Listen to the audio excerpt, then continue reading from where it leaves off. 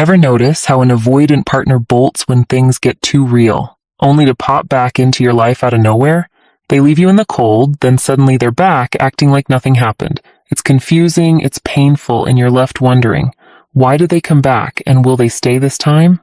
Today, we're pulling back the curtain on the avoidance mind, the stages they go through when they return, and the surprising truth about what makes them stick around. By the end, you'll know these stages inside out, and most importantly, you'll understand what an avoidant truly needs in order to finally stop running. Stage 1. The post-breakup escape, relief and freedom. When an avoidant first walks away, it often feels like escape to them. In the immediate aftermath of a breakup, avoidants tend to experience relief, as if a weight has lifted. All that intimacy and emotional demand that made them uncomfortable is suddenly gone. In this stage, the avoidant convinces themselves breaking up was the right move.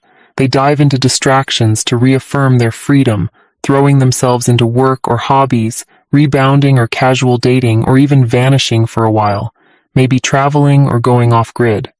During this phase, they're basically running from vulnerability. If you're the partner left behind, it's gut-wrenching. They seem totally fine while you're heartbroken. But remember, this is a temporary high for the avoidant. They might even tell themselves that you were the problem, rationalizing the breakup to avoid guilt.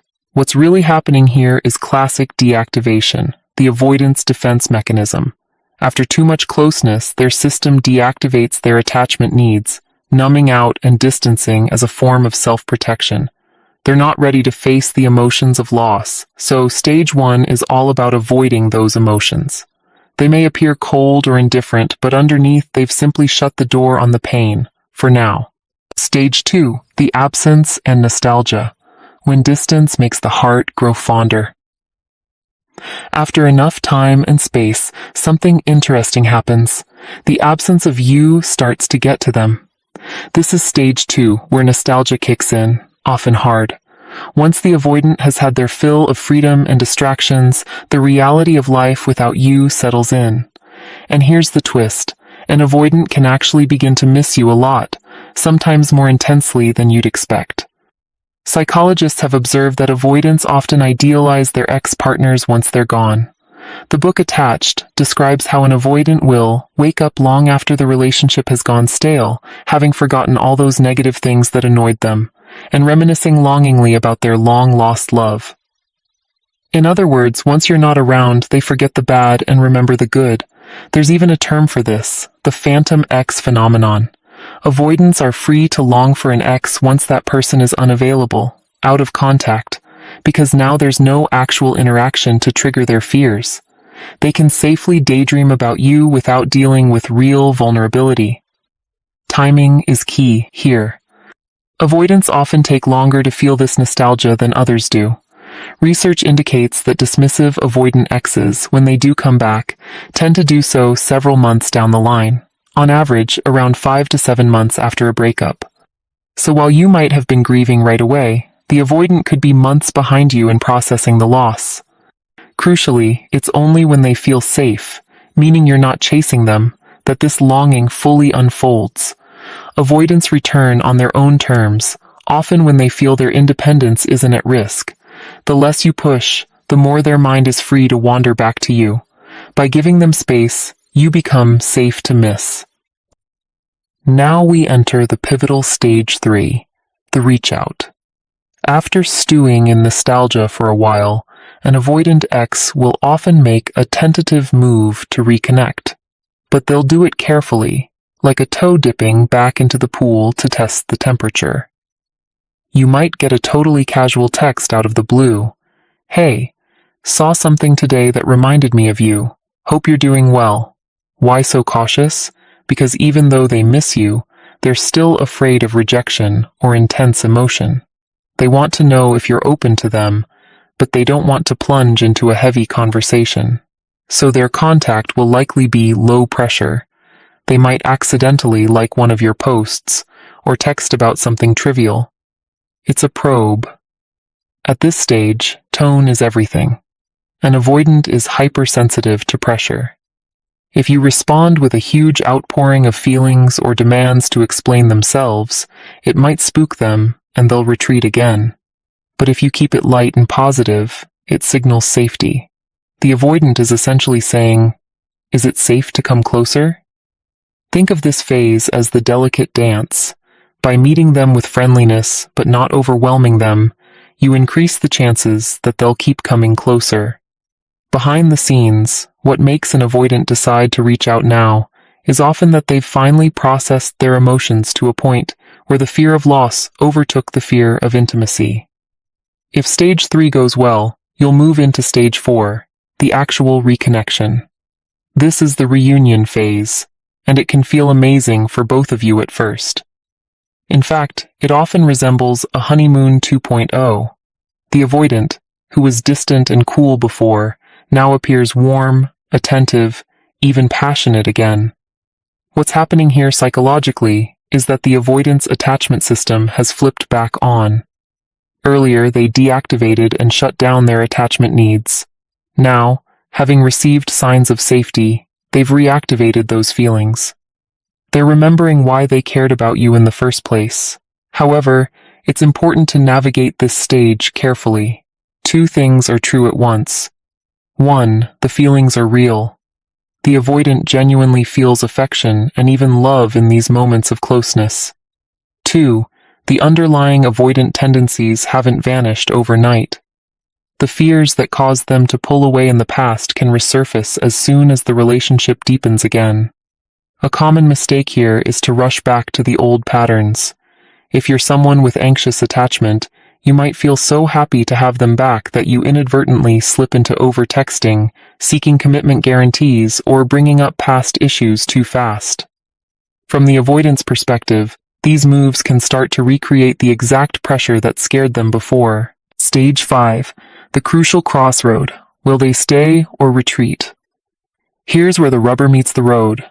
Stage 5 is the crossroad, the point at which the avoidant has to confront the very thing that made them avoidant in the first place: intimacy and commitment. The initial glow of reunion inevitably gives way to real life. For an avoidant, this is the moment of truth. At this key stage, one of two things happens. Option A: the avoidant leans in and chooses to grow. This is when they stay.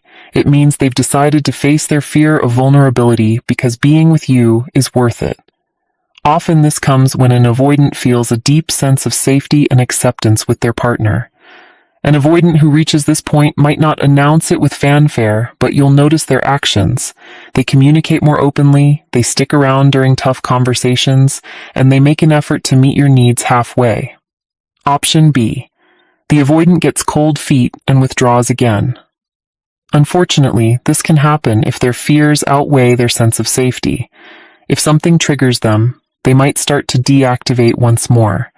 The old patterns resurface. They become distant, cancel plans, seem busy all the time, or emotionally shut down. What tips the scale towards staying rather than running? Several factors make all the difference. Emotional safety and acceptance. Avoidants stay when they feel safe. That means believing their independence won't be taken away by being with you. They need to know that if they say, "I need a night to myself," it won't turn into a meltdown or guilt trip. A secure, self-assured partner. Avoidants feel safest with a partner who has their own emotional stability. If you've worked on your own anxieties and can approach the relationship from a place of confidence instead of desperation, the avoidant senses it. When you demonstrate that you want them but don't need them to function, it signals that being with you won't cost them their autonomy. Time and consistency. Avoidants don't overcome their deep-seated fears overnight. What helps is a consistent track record that their worst fears won't come true. Every time there's conflict but you both get through it calmly, every time they ask for space and you handle it with grace, those are wins that build trust, their own self-work. No amount of love from you can single-handedly fix an avoidant's attachment wounds. They have to do some work on themselves. If an avoidant has the self-awareness to recognize, "I have a pattern of running away," and the willingness to change that, it hugely increases the chance they'll stay. Dealing with an avoidant partner is often an emotional roller coaster, a cycle of closeness and distance that can drive anyone crazy. But by understanding these stages, you gain something priceless: perspective. When they pull away, it's not necessarily because you did something wrong, it's rooted in their fear. And when they come back, it isn't random. It follows a pattern of missing you once they feel safe enough to miss you. If you identify as an avoidant yourself, you're not a bad person for feeling the urge to run. But realize that the love and connection you secretly yearn for can be yours if you find the courage to step out, little by little. With self-awareness and effort, you can rewrite your story. And if you're someone who loves an avoidant, you now know that chasing them isn't the answer. Giving them the space to come to you often works far better than any pleading would. Focus on yourself in the meantime, your growth, your happiness. Remember, you deserve a love that stays willingly, not one you have to trap. In the end, some avoidants will rise to the challenge and break the cycle for love. Others won't, and that's out of your control. But armed with understanding, you can approach the situation with clearer eyes and a more balanced heart. Whether the avoidant in your life ultimately stays or goes, you'll be okay, because you see the bigger picture now. If this helped you understand your situation better, hit that subscribe button and I'll see you next time.